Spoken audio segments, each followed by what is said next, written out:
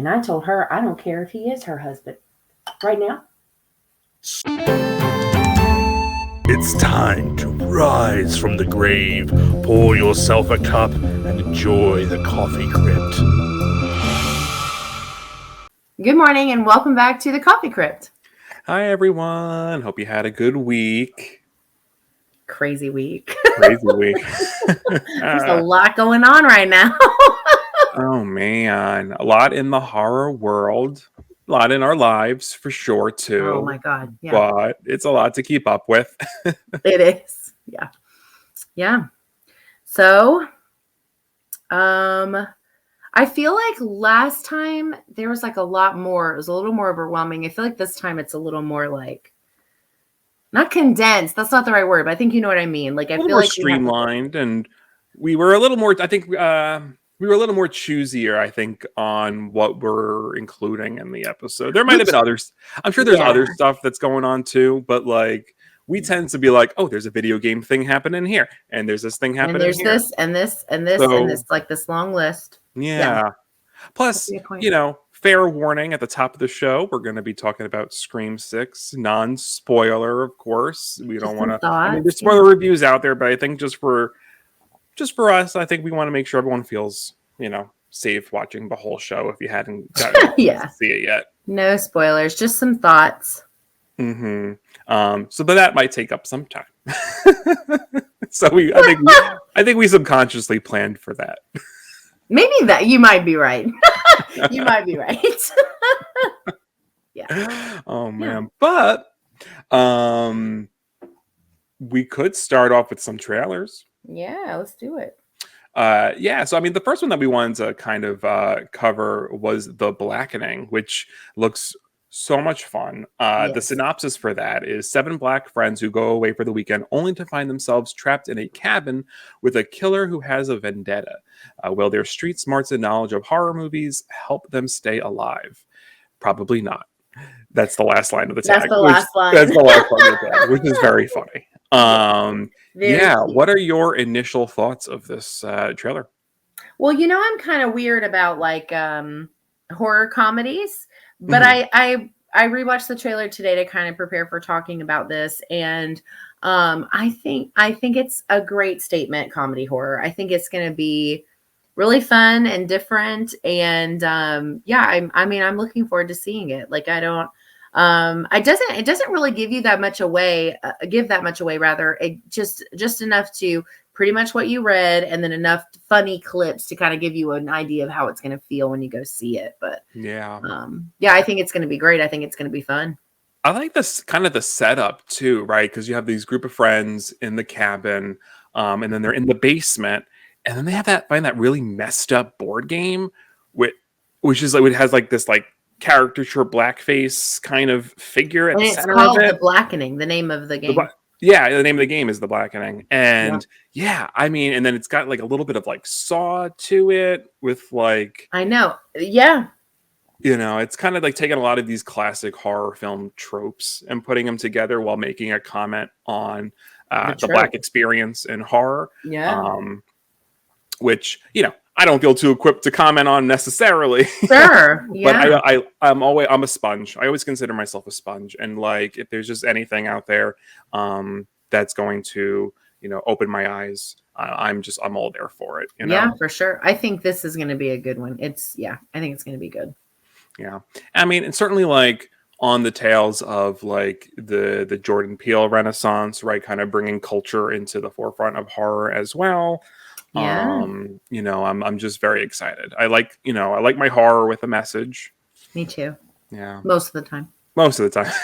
If done well. It seems like it does have to really, it does. Yeah, I was thinking it does have to be done well. Yeah. Yes, it has to be earned, but I mean anything in a movie has to be earned, right? I think that's just, not just a message. I think kills need to be earned in a horror film. Jump scares need to be earned. Like there's just so much. Jump scares, yes, totally agree. No cheap jump scares for me. Thank you. Yeah, yeah, totally agree. No, but I'm excited. The director is Tim Story, who has done a good amount actually. He's done Tom and Jerry, funny enough. A very different kind of movie. Oh my But God. he did the new Shaft. Okay. Did Ride Along. Oh, I think Like a Man. I think he's done some stand-up specials. He did Fantastic Four, one of the originals. In oh fact, both of wow. them actually, Fantastic Four and the sequel.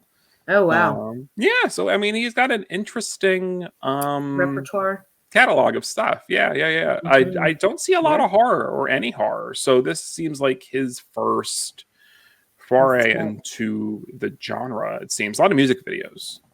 Well, and if you've done a lot of comedy, I mean, a comedic horror makes sense to kind of get your feet wet and Absolutely. see, you know, Mhm. in a Oh new yeah, genre. yeah, yeah. No, love my horror comedy. Which we got a very special horror comedy coming up. We'll be talking about. Oh, yes. Um, so yeah, so our next trailer is Nefarious, which comes out at the end of this month. It comes out March 31st. Um, I saw that it was a limited release. I'm not sure how much, like, I don't know. I guess it's just gonna be for, a little bit in specific places, and then I'm assuming I didn't see where it was announced that it would be streaming just yet. Did Yeah, I you mean, I see? caught the trailer ahead of Children of the Corn. Uh-huh. So it's definitely going to be in theaters, but It is, but it did not. mark it as a limited release, so Yeah. I don't know if what it's going to do after that. But Mhm. yeah, so and we talked about this when we talked the Pope's Exorcist, I'm like all about anything that has to do with like anything religious, anything possession, anything demons, whatever.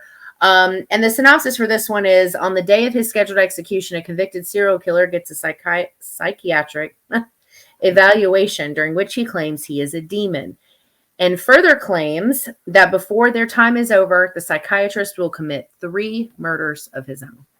Mhm. And Yeah. it's a cool setup. Oh, Funny how they give someone a psychiatric evaluation before an execution. I'm like, what are you trying to accomplish there? You're going to kill them. yeah. Well, in the trailer, he's like, oh, now all of a sudden he's acting crazy and we think Yeah. he's trying to get out of it. But I don't, you know what? I don't work in the judicial system. I'm tired. I don't know. I can't talk today. But I feel like the day of the execution, I don't really think that's how that works. I think don't you have to like prove that way before fact? But Usually. anyway, I digress. But so essentially it's like a demonic possession movie. And it's got Sean Patrick Flannery, which when I saw this trailer originally, I rewatched it today. When I saw it originally, I was like, God, he looks so familiar. Who is that? It's one of the brothers from Boondock Saints. Yeah. But yeah, so what were your thoughts on this one? I dig the vibe of it. I like the prison setting. I think it's Yeah. different for an exorcism film. We've had trying to think. I mean, like we had a little bit of that in The Conjuring 3, right? Didn't we have a little? And The Exorcism of Emily Rose. Oh, and Emily wrote. That's what this made me feel like. It was like digging a little deeper into that part of Yeah. it because we get the clips of her when she goes and sees the priest in The Exorcism of Emily Rose, and he's Mhm. behind bars and that little Oh, bit of that's right. this is like kind of like taking that and like making it more. Yeah, I like that the primary setting is in the prison. Yes. I think that's cool. Like the whole film, if if not most of the film, is going to be I think there. it's most of it, yeah. And I kind of like this very. I'm trying to think of a movie that I can kind of compare it to, but where it's just kind of like two people kind of going back and forth. I kind of like this like little dichotomy situation. Yeah. Am I thinking like The Devil's Advocate? No, I don't know what I'm thinking of, but we just kind of have like a I know what you're very talking about though. Yeah, where you that's all that you get. yeah. Yeah. Yeah, the focus of the two, and then their communication, and probably I'm getting a sense that there's going to be kind of a lot of like dialogue heavy scenes in this, and Yes. it's going to be a lot of fun, like actors going back and forth. It's going to get a lot of scenery chewing, as we Yeah, call it. because there's a couple of clips in the trailer that do show out of the prison, Hmm. but a majority of them, and it definitely sells it like that's the primary location. Yeah. So, and it will be interesting to see that because I feel like when you do something like that in one setting for a film with this kind of content, that would be a bit of a challenge. So I'm really curious to see like what they're able to do with that. Oh yeah. Yeah. There was also, because it also reminded me a little bit of. Did you see season 2 of American Horror Story? Asylum. Asylum. Remember the exorcism episode? Yes. Yeah. It kind of was giving me a little bit of that. I like that in a more of like, well, that was more of like a clinical setting, not so much a prison, but I get what you're saying though. It's not the same stuff somebody's kid's bedroom or like in somebody's house. Yeah. I get what you taking mean. it. No, it's taking I get the core of it, and I think doing Yeah. something different with it, which I appreciate. Yeah. No, I totally get what you mean. Yeah. Any other thoughts on the movie? No, I'm excited. April 14th. I'm ready. Yep. Let us know if you're excited for it too. Yeah. So our next one is I didn't know it was going to be a remake, but it's a remake. It's called Malum, which is a retelling of a 2014 film, I think, called Last Shift, which I had not seen. I've seen the poster, and it's just that kind of creepy demonic face. And every time I pass it, I'm like, "Ooh, that looks interesting," but I never end up. Oh yeah, you got to remedy that. Yeah, I know. I got to watch it. But the premise, which I'm assuming is probably very similar to the original, is a rookie police officer willingly takes the last shift at a newly decommissioned police station in an attempt to uncover the mysterious connection between her father's death and a vicious cult. Not knowing anything about the original, so going in kind of blind, I dug the trailer. It was creepy. It was very it was an unsettling trailer. I really, I mean, if the original is anything like this, I need to go watch it ASAP. I don't know. I mean, I guess there's the whole remake debate. What is there? And I mean, I know you're into remakes. Yeah. So I don't know. How do you kind of feel? So it looks like it's quite literally a higher budgeted retelling. It's the exact same story. There's even in the trailer, there are even shot for shots that are the exact same. Okay. Which is weird, but not necessarily a complaint. I think it is very strange that we are redoing this movie, but I will say that that Last Shift I watched totally on a whim one day back when it was like before Shudder was even around. I watched it like on Netflix or something. And I had never heard of it. No one was talking about it that I knew. And I watched it anyway. And I really loved it. I was like, dang, that is so good for something I've never even heard of. And I think that it has become a bit of a, I wouldn't say like a cult classic yet, but it is something that has gained a bit of a following in the last couple of years because I'm seeing random people post about it. Dread Central's posted about it like a couple times. And this is way before this was ever announced. It makes me wonder if that's why we're getting a new version of it, because now there's more interest, there's more money involved, like as far as what, he can use. Cause it's written and directed by the same person that did Last Shift. It's 100% a redo of his story. And so I get so animated with my hands, I like knock my microphone across the room.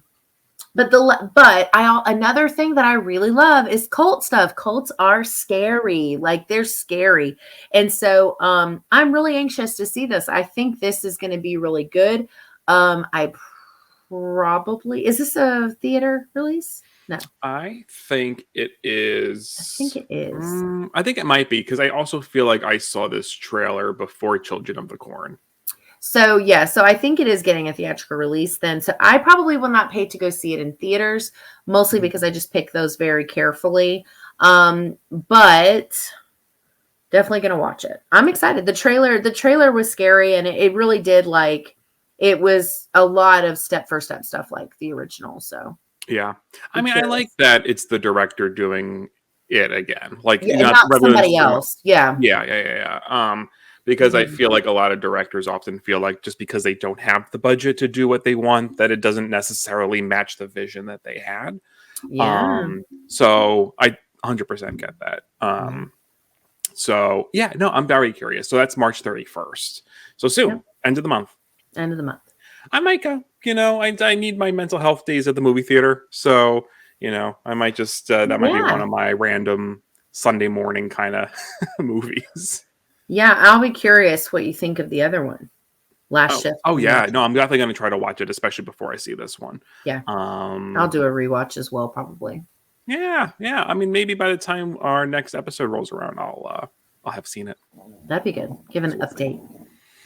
But yeah, I think that's really it. That's all we had for trailers. There might have been others that maybe slipped by and we just didn't catch it. Those are kind of the big ones, though. Yeah. So anyone watching, I mean, if you want to plug some trailers in the comments that we haven't talked about, definitely do that. Yeah. Yeah. Which takes us into our news and trending segment. So this is always exciting. I know you're excited for it. Oh yeah, and like I talked about this when we brought it up before. I'm a huge Silent Hill fan. So, Silent Hill has cast its two of its leads and is set to start filming next month in April. It's going to have Jeremy Irvin is going to play our James Sutherland, and then and I didn't actually know who that was, but he apparently, the only thing I have seen that he's been in is Woman in Black 2, Angel of Darkness or Angel of Death or whatever it was called. But he was also the other big one that came up a lot when I was looking up his name is War Horse, which I have not seen, but that was another one. Yeah, so he was in that. And then we have Hannah Emily Anderson is going to play Mary Sutherland.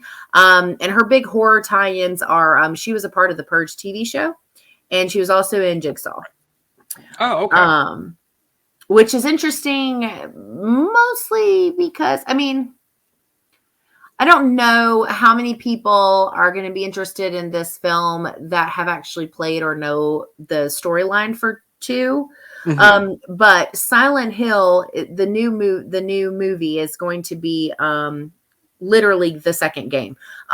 So James Sutherland very much loves his wife Mary. She goes missing. Something calls him, like it does to Silent Hill. Shenanigans ensue. That's the story. He goes looking for her, and you get a lot of stuff happens storyline wise. I'll spare details, but Silent Hill 2 is one of Konami's best-selling video games. They have made the most money off of this one, second to all of the games that they've ever had their hands in. Silent Hill 2 is my favorite from the franchise. It's a lot of people's favorite from the franchise. It is a very loved game. And I really enjoyed the 2006 film a lot. And so to see that the people who made that so good, in my opinion, to have their hands in this one is like, I'm really pumped to see like how it goes. Yeah, I definitely need to go back and rewatch the first film, and I kind of want to play the games too at some point. I gotta like. They're scary. Did they well, that's good. They're scary. I want that. But did they ever remake them? Kind of how they're doing the Resident Evil games? No. I can stomach the older graphics. I'm trying to think. So I have a collector's of the first 3 Silent Hill games, but I don't think it's like a remastered or anything. maybe it is. You know what? I don't remember. It's been a long time since I played the games. Yeah, they're scary, but I have maybe they were remastered. Not quite extensive like what they're doing with Resident Evil. Right, but just kind of touching up the graphics maybe a little bit. I know, like, because they still haven't like remade the first Resident Evil, but they just have that HD remaster where they kind of like they streamlined the controls a little bit more, and but like not a full on just like new everything. But yeah, no, I mean either way, I'm always down to. I love older games. I'm like, I've been geeking out over the fact that Switch has like Game Boy games on it. Like, I like that. Yeah. Games. So like, not one of those people that can be like, oh, it's too old. I can't do it. Yeah. No, I know what you mean. Yeah. Yeah. But yeah, no, definitely exciting. So our next story, Smile 2 has been announced. Yeah, I know you're excited. I saw your smile. Yeah, that's right. Less creepy than the one we're about to talk about, but oh man. Yeah, so just pulling up. I don't know if we have a release date for it. It was just announced, like they just decided. Yeah. I think it's pre-production, right? It is in pre-production. Yeah. I think they just inked a deal with Paramount. Right. To release it. I'm trying to load up the story for the release date, but if you have it, you can if you want to dive into it. Yeah. Well, first of all, let me just say this. Smile made my top list for 2022. I really loved it. I know people had complaints, but I didn't find those complaints to be justified. I genuinely liked this film. It genuinely was nerve-wracking. There was some pretty good scary stuff. I loved the story. I loved the message. I loved it. Was just everything all together. Really, to me, made Smile like really effective. And it was another one like, wasn't that a first time director, or at least a first time, like there was something about it that was like borderline indie. Oh, I think it might have been there first. Yeah, and so this was another one around the same time as Terrifier 2 that was like blowing up the box office. And it was kind of a big deal because it wasn't from a mainstream horror production company. It wasn't a Blumhouse or, like any, or Twisted Pictures or any of these that we like follow. It was kind of like out of from nowhere. And so it was their, it was the director's first feature length. They had done short films. Yeah, which is usually a stepping stone for most, I think. Yeah. But yeah, so it was a borderline indie film. And so it's really nice that it's getting some recognition. That makes me happy. Oh, yeah. So the article from Bloody Disgusting, I think, has a release date. But it's right now in early talks. Either way, I'm excited for it. I think it was one of the films that was a little hyped up for me. So I think I went in with too high expectations. Didn't ruin my enjoyment of the movie. I still thought it was really good. As a therapist, I love seeing therapists as main characters. Especially when they're not like bad at their job necessarily.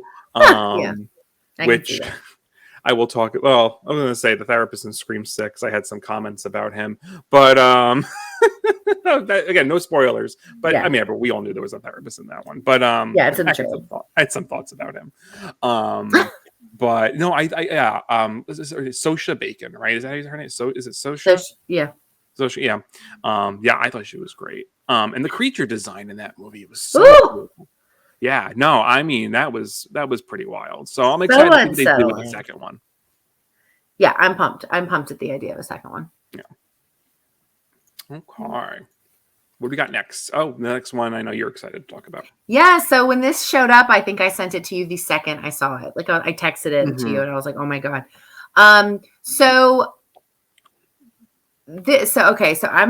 I really like Frankenstein. I'm like I love the OG Universal monsters. Frankenstein, even before that, back, from it being a novel and then it being turned into a film in the 30s. Like I genuinely, I love the story. I love the character. It's a fantastic aesthetic. Like I love what they go on to do with Bride of Frankenstein. Like I'm a fan. So when it got recently posted that Guillermo del Toro. Yeah, that's the one. Del Toro. That's why I always skip the first name because I butcher it every time. And he deserves our respect and love. And so I will watch anything that he does. And I do mean anything. I loved his Pinocchio. I will watch anything that man does. So he's doing a Frankenstein film, which apparently is for Netflix. I have mixed feelings about that part. But there is whispers that there's a couple of really cool people that are in talks to maybe star in this film. Yeah.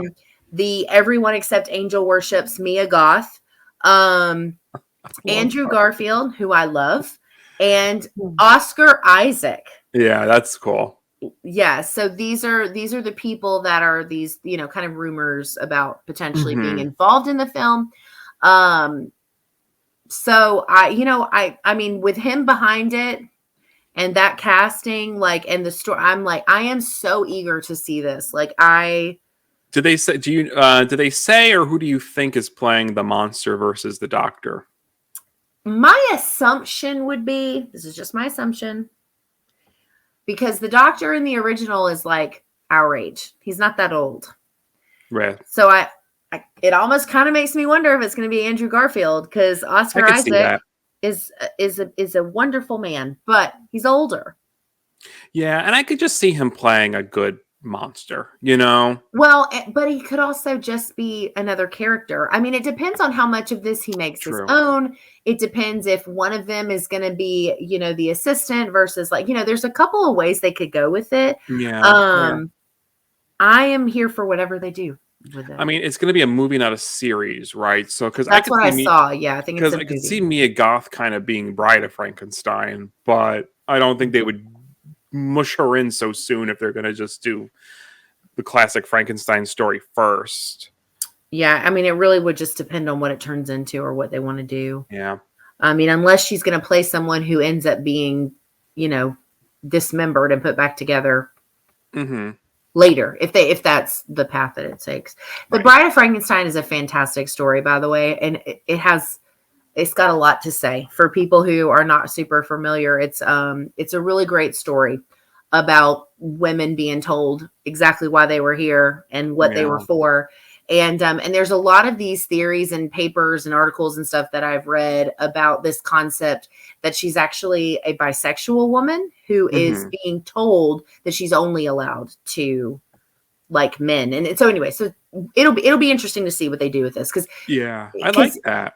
It's a very like, Mary Shelley is like OG, like that stuff is that there's so much to be said about the storyline with Frankenstein. So I'm very curious how, like how much of what we already know and have seen is going to be incorporated in this and how much of it's going to be new and different, which I'm here for. I wouldn't be mad if he changed it and added something different. So very excited about Frankenstein. Yeah. Did you ever see Penny Dreadful?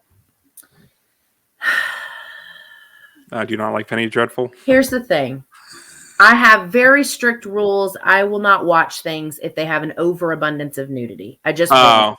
And she's naked a lot, so I don't watch it. I haven't watched it, which is unfortunate because I would probably love it outside of that. But it's very good. There's a lot of that. But because they have like a Frankenstein. They have all the stories. It's very Frankenstein-esque. They've got oh my god, the painting. What's his name? Oh my god. The painting of or the picture of Dorian Gray. Dorian Gray. They the whole Dorian Gray thing. They got all that, It is very good. It was canceled before its time, unfortunately. I mean, they continued it with comic books, which was cool. And they were able to like expand on it. They had like I didn't know that. Okay. Yeah. They were able to kind of keep going. But yeah, anyway, just made me think of it. And like modern adaptations. Yeah. But yeah. And we're gonna have to talk about Mia Goth. I didn't realize you didn't like her. It's not that. I just think that really phenomenal like female roles and characters and the people who portray them get brushed aside for these fresh meat people like Jenna Ortega and Mia Goth, and it gets under my skin because it's like, oh, they're so great, but all of these others are better, and you're ignoring like everything else because these are the people that we're looking at in all the films. It's an angel. I think a big part of that is box office.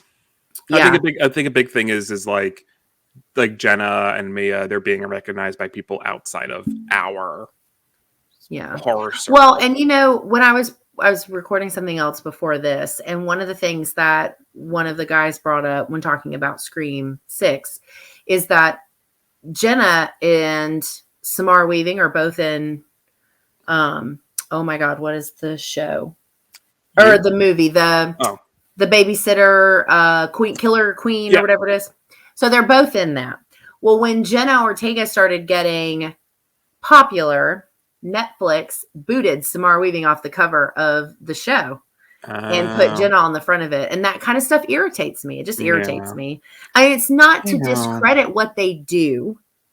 It's more just about, it's a societal annoyance for me. Like, it gets on my nerves that's how we work. It just gets under my skin. No, I think that's fair. That's a fair assessment. I think that just speaks to the disposability in which we treat people. Yes. So the only exception to that is Pedro Pascal. He's a god because he's hilarious and I love him. But anyway, go ahead. Well, who gives a shit about men getting treated like shit? Yeah.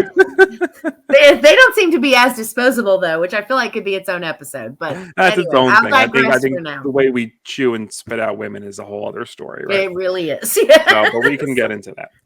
But yeah, our last story really is so Evil Dead Rise got a premiere at South by Southwest Film Festival. Yep. And just kind of some early takes. So I wanted to just kind of I want to share some early reactions. So Perry Nemiroff, who is a reviewer personality from Collider, she does other things. She tweets, hashtag Evil Dead Rise is gnarly and wild as every Evil Dead film and show should be. She put a little winky face because the show is great. There are no limits when working with Deadites. Lee Cronin knows it and runs with it to great effect, both when it comes to delivering deeply chilling horror and also a blood-soaked good time. A partner in crime of hers, Matt Donato, he's also a reviewer, but they've done some stuff together, tweets, Evil Dead Rise gives me everything I want as an Evil Dead fan and more. It's as vicious as 2013, opens the door to future entries in endlessly existing ways, and owns its place in the series. I'm still buzzing, a franchise that continues to do no wrong.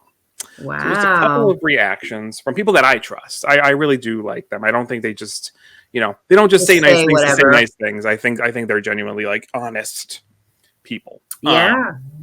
So like I'm very excited. How do you feel hearing this? Well, I think when, I was going back because I couldn't remember what shout outs I had done. So I was going back through our videos today. And I was thinking, when we had talked originally about Evil Dead and we talked about I can't remember. Was it maybe the teaser? I can't remember. Maybe it was the trailer. I don't remember. But we were talking about something related to Evil Dead Rise. And I think one of the things that we both said or we both agreed on was that we fully expect this to be at the top of our top list for the year. Because first of all, we're moving away from the comedy horror, which, makes me very happy. It's got, we talked about the fact that it's got to do with kids. I have nothing but faith that this movie is going to rock me. And I'm really looking forward to it. It is like, even though I'm that confident, it is really nice to hear other people in our world kind of talking about it and giving it such praise. And some of the ways, that they're communicating how they liked it, like talking about it, opening the door for other, for more things to the franchise, it being similar to 2013. All of those things are just like, that's what I want to hear. Those are like the buzz phrases that we want to hear. Yeah. Right? The things that exactly. Things we're looking for. And so, that makes me, I'm already really excited, but I'm like, it makes me even more excited. No, I know. Yeah. You're like lukewarm on the comedy piece of it. I do love when it gets silly and slapsticky, but I will say that 2013 is one of my favorite horror films. Love that one. It is so intense. It is so hardcore. I love it. I think but it had such a great story too. That was the other thing is like I can watch gory movies that are gory for the sake of being gory, but this was so much more than that. 2013 was so much more than that. And it made me feel things. Yeah. Besides discomfort and so it was and it will be really great to see that, 10 years after the fact, like what else can be done? Where else are they going to take this? It's in a new environment, it's got a mother, it's got children in it. Like, woo! Very curious. I mean, they didn't really talk about how the kids are handled in these. Did you see, have you hashtagged this movie yet? I haven't gone through, I'm afraid of spoilers. So I haven't you mean like looked at the hashtag and. So it came up, and I can't remember if it was you or somody else that commented. It may have been somebody else. Oh, you talk about the picture? Yes! The emoji, kind of. The hashtag for Evil Dead Rise has a cheese grater at the end of it. I'm yes. Like, did you see what they gave as favors for seeing the movie? No, was it that? It was a cheese grater with, I think, candy, but made to look like bloody pasta, and it was called Mom's Linguine. Oh, that's adorable. I love that. Funny. That's so awesome. I like that we're leaning into it because they saw, I think, the early reactions to the cheese grater bit in the People trailer, and were they were like, like, because how many times have you used those stupid things and thought about that in your head? I'm just Because like afraid of like just even like ev- scratching my fingertips. I'm like, every time I yeah, use one, I think about that every time. yeah, or even That just was like a regular smart. peeler. I'm like, oh man, if I just like if I slip Oh, and like, the same. Oh, I know. Me too. I do the yeah, I same get thing. very, yeah, it's a Ooh. little irrational fear. Yeah. Even though like I know like, peel away, peel away. Yeah. Yes, agreed. Oh man, but I'm excited. Now I'm very anxious about spoilers because I don't think there. I feel like I remember seeing a tweet that was saying like there really wasn't like an embargo. Maybe they did say something. I don't know. Oh, But I mean, there were so many people in that theater. Like, who's to say like someone's not going to let something slip, right? Not may that it's not like, even be intentionally. yeah, that's the People thing just is. aren't as careful, especially if they get excited about things and you just start saying stuff. I mean, did I show you my mute list for Scream? It was intense. Yeah. It was like 30 plus words. I like I every. didn't do any of that and nothing was spoiled. Well, that's awesome. I I mean, like got lucky, that's luck. but That that's is not lucky. normally the case because people are crap about that stuff. No, no. Like the worst was my husband got spoiled. Like we were so excited for when Star Wars came back, when the first of the new trilogy came out, and like we were like waiting outside the theater, and then my husband was just like on Twitter, and they spoiled a big a big death for the film. And I was like, oh, and he didn't tell me. He was like, I'm not gonna tell you, but I think it got spoiled. I was like, oh, I felt bad for him. That sucks. Yeah. But he doesn't learn from his lessons because he gets spoiled occasionally. I'm like, stop, like just scrolling, just mute things. Just don't do it. Yeah, I don't know. Anyway, that's my whole thing. But no, but I'm excited. I'm happy to hear the. Oh, but did you hear about that ass that like shouted during the panel? No. Oh. For Evil Dead? For Evil Dead Rise, this like jerk like stood up and said, "The movie sucks," and Bruce Campbell said, "What are you doing here? Get the F out." Like Bruce had like a comeback, and he's great. I think Bruce doesn't take shit from anybody. But there's a video. I didn't even want to watch it because I don't want that secondhand embarrassment, like that cringing feeling you get. I don't like that either. I know what you mean. Yeah. So I'm not even going to watch the video. I also don't want to give this guy his 15 minutes of fame for being an idiot, Yeah, no, I know what you mean. Ugh. People are whatever. But any other thoughts on the reactions to Evil Dead Rise, or just any general thoughts on like excitement? I did realize today that I will not be able to go see it opening weekend. I'll have my little, so I'll be going the weekend after. But that's okay. That's just the life. It's okay. One day he'll be grown up and he won't be in my house anymore, and I'll be sad. So I'll just. Well, one day he'll be old enough, and you could just take him to these things. That's true. He'd probably go to this and be like, "What is?" He'll just be asking me where the sharks are. That's his thing. He's like, are the sharks going to eat the people or no? Okay. Like I could just see. Anyway. Oh no. But yeah, no, that's it for me. I'm excited about that one. Okay. So now is the time. So dun, dun, dun. No spoiler warning needed because we're doing a non-spoiler discussion here. So don't worry. We're gonna watch what I say very carefully. What'd you say? Yeah. I said we're gonna say quick thoughts. We'll see how it goes. Yeah. I just have I did a little pros and cons little list here for myself. I figured we could do that. Do you want to just kind of go back and forth? Why don't we start with the pros? We can. I almost guarantee you some of them are going to be the same anyway. But yes, probably. So why don't you start, and then I'll just tell you if I have that one on my list. We want to start with pros. Let's start with pros. Yeah. I would say one of the biggest pros for this is the kills and the brutality. Mm-hmm. Is that on your list? That is, I would say, I mean, it kind of goes along with, I'll say, the action sequences, yes, and the suspense. I think this was very good. Suspense building, just probably the most tense I felt in a Scream film. Agreed. Because I just feel like the way the camera work was phenomenal in this one. Totally agree. It was giving me like Scream 2, like cars, like tense, because I really love that part of it. Scream 2 just was very good with suspense. I think I think 2 and this one are probably the most suspenseful, because in other movies things either happen quickly or the buildup isn't done quite in that way. Not that it's bad, It's just like I love suspense thrillers. Yeah. So like, I agree. so on top of the kills, I think that was because I think those two go really well hand in hand. Yeah. You know, and not a spoiler because they're in the trailer. The ladder sequence was really cool. Speaking of just action sequences, the ladder, I got to see that so I've seen it 3 times. I saw it in 2D, 3D, and 4D. Yes.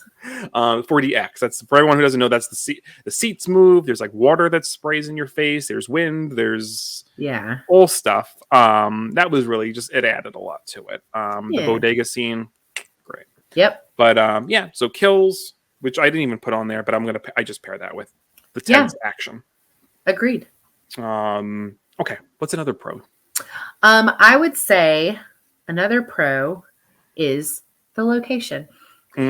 All of the scenes and set pieces and buildings and rooms and being in the city and that life of city life and like all of that, I think really added to a sense of I'm trying to think of how to word it. Like when you're in something that's so big, you feel like you're this big, you know, and it's like that just to me added so much because like it just I don't know, without giving too much away or without giving anything away, it just worked for this story. Like if this had been done in Woodsboro, it would not have worked at all. No. So the setting and the set pieces and all of that, super, like I loved it. 100%. I would say another pro for me would be the opening. The opening scene is the coolest opening scene, best opening since the first one. A part of me almost feels like it eclipses Casey Becker. But I'm like, I feel bad. I feel like I don't want to say that because that's a classic and that's set like. I know what you mean, but also I think you're right. Like it's just so cool. It's a very cool concept. Love it. They flip the Scream opening on its head a little. You know, they they throw out expectations, but in a good way, not just to like do it. It makes sense. It just totally sets the tone for the movie. So without giving not giving too much away, but there also were some really cool Easter eggs in the opening scene that I appreciated towards the latter half, which we can talk about after we stop recording. But the opening would be another pro for me. And so I think my last pro is probably going to be, I'm going to go with the music. The music hit for all kinds of the multiple songs. Got to hear one in particular that I was really excited about. Like I mean, the music was well placed, and I really enjoyed it, and it got me hyped in some certain scenes, and I thought all of that was really good. And I will say this, in terms of pros, I have a lot more pros when it comes to being able to say a lot more, but I'm just picking things that aren't very like detailed, specific, you know. Yeah. But yeah, I would say the music. And then I have 2 more pros. One might be a little more spoilery, but I'm going to try to say it. If we end up feeling like it's too spoilery, we're going to cut it out. But so if there's a weird edit here, that's why, guys. That's the reason. But I'm gonna do my best without it being spoilery. But anyway, the one that's not spoilery is the meta commentary. I really appreciated it in this one, not just in terms of what they talk about movies, but also social commentary on about the internet and about how we treat people and just how the internet is these days. Which if you go back to an older episode of the Coffee Crypt, I called part of that. You did.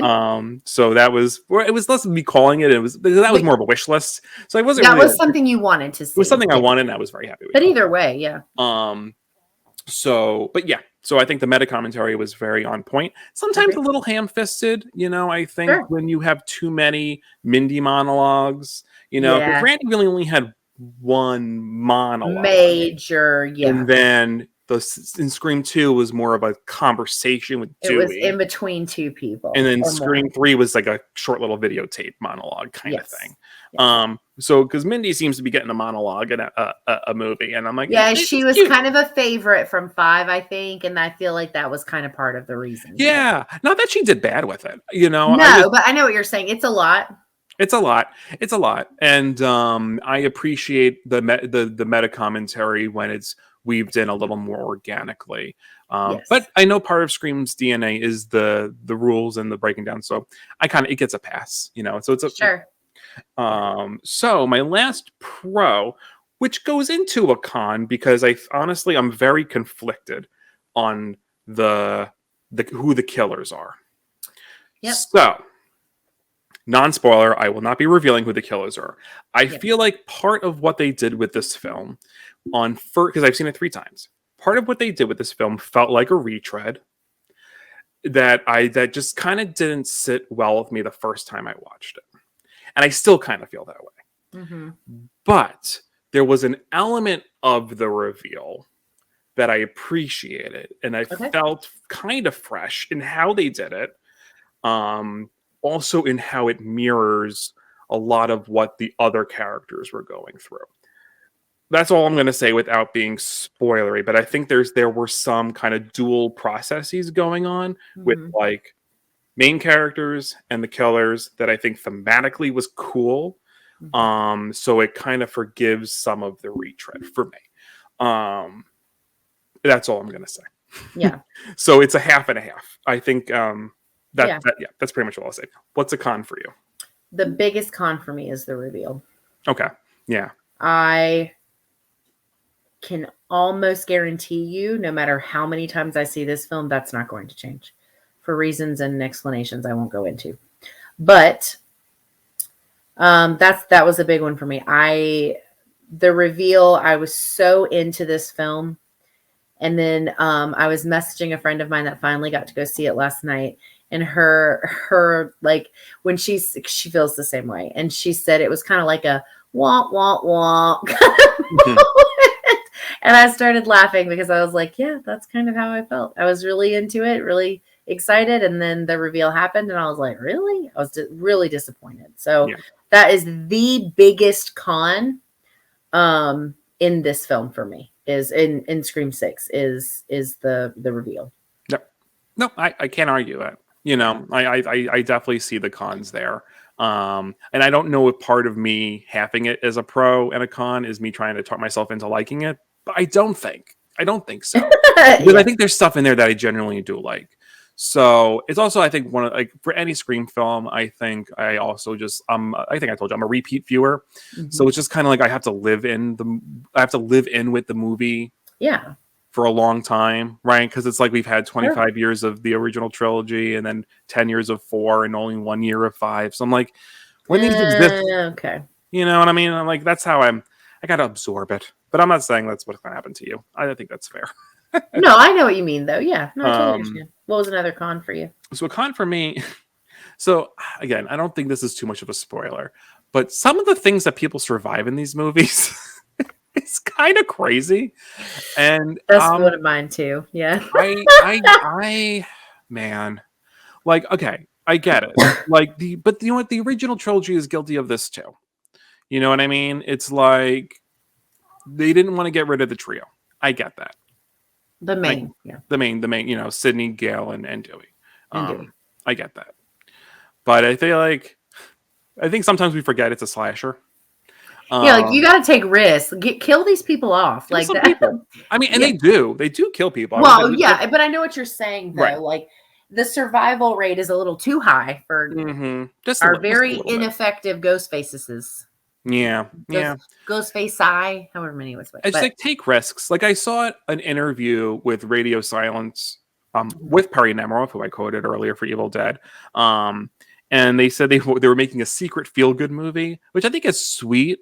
But at the same time, it's like, you can't be so connected to your characters that, you know, it's a horror movie, you know. You got to be ready to let them go, or not be ready. And then when it happens, it's like when our major loss for 5 effed me up. And so And that's a good thing. That's a good thing that I was upset that I was feeling those things. That means like that's a testament to the filmmaking. You know what I mean? I think part of them was afraid to do anything too crazy because I get that. Dewey. But do it. Who cares? Just do it. There's new people coming into this franchise. Like, you got to give it something different. Take some more risks. Do something crazy. So I will tack on to that by saying, because that is one of my cons as well. My third con kind of tacks into that. The people, when they get wounded, what happens to their wounds? Because they like go away. Yeah. Like, there's a couple things, I'm not going to say what specifically, where it's like hurt today, not tomorrow. And I'm like, didn't you just, what kind of medicine? So there were some inconsistencies with that kind of stuff too. It's a franchise thing too, because I know Dewey's limp came and went and came back again. Yeah, it got better. It got better. So like this one was like mortal wounds. No, all of a sudden, like you weren't even nursing the wound anymore. Like, what happened? Are you like Wolverine? What happened? Maybe. That's gonna be what 7 is about. Mutant Scream. Anyway, but so that was my other major complaint. And I'll be honest, I don't have a lot of complaints about this film because I loved it. No, but the biggest one was the killers. Yeah. Which you and I will chat a little bit about, but just like, so, without fear of spoiling it for people. But I will say, my last con kind of ties to that. It's like, there are some like logical illogical conveniences, which I think happens in all Screams. I think because you know what it is, it's like you do have to suspend disbelief for these movies. This one was a lot, though. This one was a lot. A lot of them are a lot, but I think this one probably more so. This one more so. I think because they did go bigger. You know what I mean? It's like you're talking about a franchise and it's going bigger, and it's like almost. I don't want to compare it to the Fast and the Furious, but now it's almost is becoming something like that. It's nowhere near that. No, I'm not a literal comparison. I don't think I'm not a fan of those movies. Do not unsubscribe just because he said that, please. Please don't. No, I'm not a fan of those movies. Sorry to anyone who is. I'm not either. It's the same thing over and over. I just mean like, you do go bigger, and I know, and then you start losing those little details. I get it. You start to lose a little of this. There's some like time jumpy stuff in this one, but they also had that in 5 where it was like to get from Judy and Wes's house to the hospital. It was like night and day like that. There's something very similar to that here. But I mean, I think overall, right? I think it ends on a positive. This is the most consistent franchise. I don't hate any of the movies. I think they're all fun. I think, whether you like the killer or the motive or not like it or certain, I mean, you could have favorite things about each movie and like, so I don't know, like my favorite is like, what is like, I think I always put 1 ahead because I think it's just a classic, but my warm blanket Scream is 2, and it's always like the one I go to. So even though I recognize that one's probably the better one, I just enjoy 2 the most. So I think there's a Scream for everybody, and I think it's just, I'm just excited to see what they do next. Yeah, I totally agree. I loved this. What is this? Where does this, tell them where does this rank for you? 3. So right now it's high. It's pretty high for me. Even if I'm not as crazy like you about like the killer, the reveals and all that stuff. I think as an overall movie, it's 3rd for me. So for me, it's 1, 2, 6, 5, 4, 3. Okay. And I always feel bad. I put 3 last because I really do appreciate what that movie was trying to say. And I don't hate that movie. Something's got to go last. But that's my rank. So mine is 1, 5, okay, 2, okay, 1, 5, 2, 6, 4, 3. Okay, yeah. But I feel like I need to say this: 2, 6, and 4 are really all the same place. That's fair. Because I love them each the same amount. it's hard to split hairs and really rank it. Ranking is hard. It is hard, especially to your point with a franchise that's this consistent, because then it's like you really do have to dive into like nitty gritty type things to really separate. Like that's when you start doing I give this a 3.89 out of, you know what I mean? Like that kind of stuff. So that's why I appreciate people rather than doing the 1-to-1 ranking. I like the tier system. Oh yeah, S tier, A tier, B's, and then you can kind of do that where you put 3 movies on one tier. Yes. I kind of appreciate that because I think it's not so black and white. There's a lot of like nuance and things like you might like the action in one better, you might like the acting better in this one and all that stuff. So, but yeah, those are our thoughts on Scream. Didn't go as long as I thought it was going to go. I think that's because we made the agreement that we were going to try to keep it concise and just do a few points. That's true. And spoiler free. If this was like a full on discussion, which we will be doing in May as live, once this has been out for a while, then that's like a whole nother thing. So I think that's the reason, but we did good. We're only at like the hour mark. What? Oh, yeah, guys. hope you guys aren't falling asleep on us. But which leads us to some recommendations. I have a handful, right? So you go first because my recommendations kind of all over the place. Okay. I'm going to I just have one. I am going to recommend another horror YouTube channel. I do stuff kind of off and on a lot with Horror Fiend TV. Their channel is a horror channel, but they kind of have it set up like a television show. So they all have different segments and there's seasons to the segment. So there's, a few episodes and then it's like on break and they are like constantly doing new stuff. I've been on there. I know other people that have been on there. They do monthly lives. They cover movies. They have a segment called Joe, the psychologist, where Joe, who is a psychologist, breaks down horror movies to decide if they're actually horror or if they're psychological. And that's a really cool segment. So they do it's like a variety show. They do like a bunch of different things, but it's really like a TV show. It's really, really cool. The guys over there are really nice. They've been great to me. They're really supportive in the community. So that's my recommends. Horror Fiend TV. Their link for their YouTube and socials will be in the description for this episode. Very cool. Yep. And as Angel knows, I have been on a found footage kick. Holy crap. I'm loving it. I have watched, so not that many, but I feel like it's more than I've watched in a good while. Let's see how many. It has been a bunch. I've watched a good handful. I've watched both Horror in the High Deserts, Savage Land, Lake Mungo, and the Hell House trilogy. So a good decent nice little chunk of found footage films. I would love to recommend almost all of them, honestly. I was very pleasantly surprised by Hell House, the first one. The trilogy gets a little bonkers and a little off the rails, to say the least. But that first one is damn effective. I like the first one. Mm-hmm. Yeah. I mean, there's things I like about the rest of the trilogy, but I just don't think overall. I would recommend watching all of them just to get an idea of what the director was going for, and you get an end to the story. Mm-hmm. Yeah. And there's little hints at future stuff that they could be doing. Mm-hmm. Like Mungo was very touching. Oh.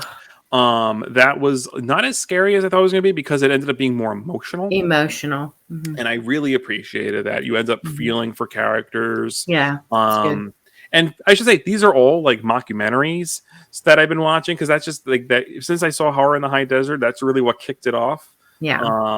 I really just love that format of a found footage film.